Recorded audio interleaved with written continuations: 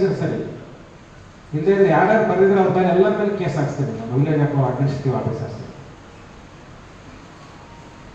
ಏನು ಈ ಲೆವೆಲ್ ಅಮಾನವೀಯತೆಯಾಗಿ ಅವ್ರ ಮನೆ ಬಾಗಿಲಿಗೆ ಬರೆಯೋದು, ಗೋಡೆ ಮೇಲೆ ಬರೆಯೋದು, ಯಾವ ಕಾನೂನಲ್ಲಿದೆ ಅಲ್ಲಿ ಬರೀಲಿಕ್ಕೆ ನಿಮಗೆ ಗೋಡೆ ಮೇಲೆ ಬರೆಯೋದು?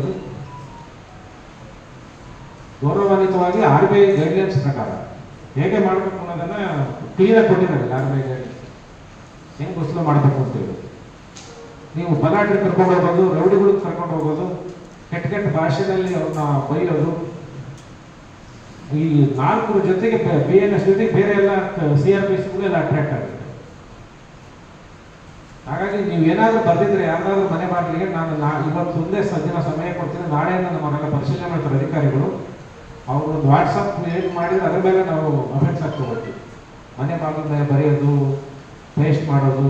ಗೌರವಯುತವಾಗಿ ಸಾಲ ಕೊಟ್ಟಿದ್ದೀರಿ, ಅವ್ರು ಬಡ್ಡಿ ಕಟ್ತಾ ಇದ್ದಾರೆ, ಗೌರವಯುತವಾಗಿ